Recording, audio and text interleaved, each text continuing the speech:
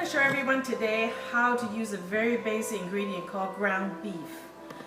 But the problem is, how do we make ground beef tender, tasty, and moist when we contribute to other dishes or marriage with other ingredients? So there's a couple steps that are pretty essential. I'm going to go ahead and show you today. First steps is called fluffed up the beef. What does that mean? Usually beef, this is a 1/3 pound of beef, come from the supermarket. It's really dehydrated, dry, and maybe have been in the package for a while since you purchased it. So what I'm doing right now is just chopping the ground beef that's already been grounded. Probably sound like oxymoron, but that would do the trick. Go ahead and chop it up as fine as you can. Give a couple more rounds of chopping again over here. However, mix it up. Just go ahead, go through the meat and make sure the meat is totally fluffed up from this point. So from here, we actually almost at the end of the first step. Actually, it's very easy to do. After that, I'm gonna go ahead and do a second step, which we call the hydrating, and also marinate and add flavor to this beautiful ground beef we have just chopped up. So I'm gonna go ahead and right now put the ground beef, this 1/3 pound of that, into a bigger mixed bowl. I'm also gonna add 2 teaspoons of grounded garlic and also 1 teaspoon of grounded ginger. What those ingredients do is when they in the marinade, you're gonna add more flavor to the meat.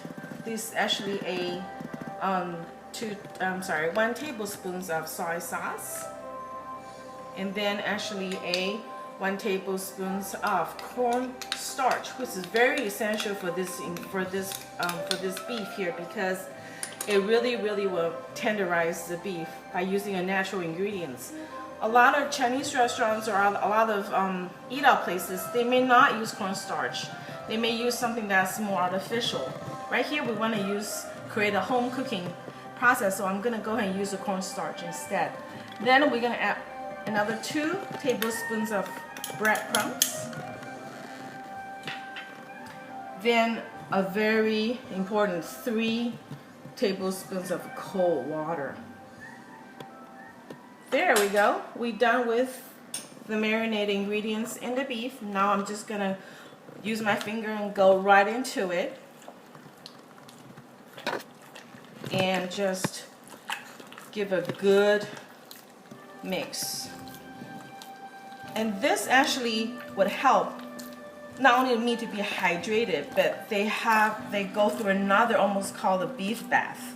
So that will give that an even better tender beef texture once you cook that mixture. And usually we can go through 1, 2, 3 pounds. Here it's only 1/3 pound of it, but you can go through 1 pound, 2 pounds, according to whatever the pound with the right ingredients, the quantity of it, and then you can actually store them in the Ziploc. That's what I'm going to do right now. So I'm going to go ahead and give my hands a quick rinse here, and after that I'm going to go ahead and just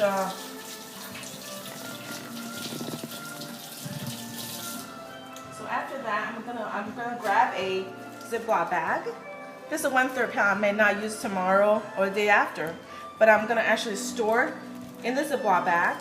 When I'm doing that, actually what I'm doing also is let the marinade process continue to do its work.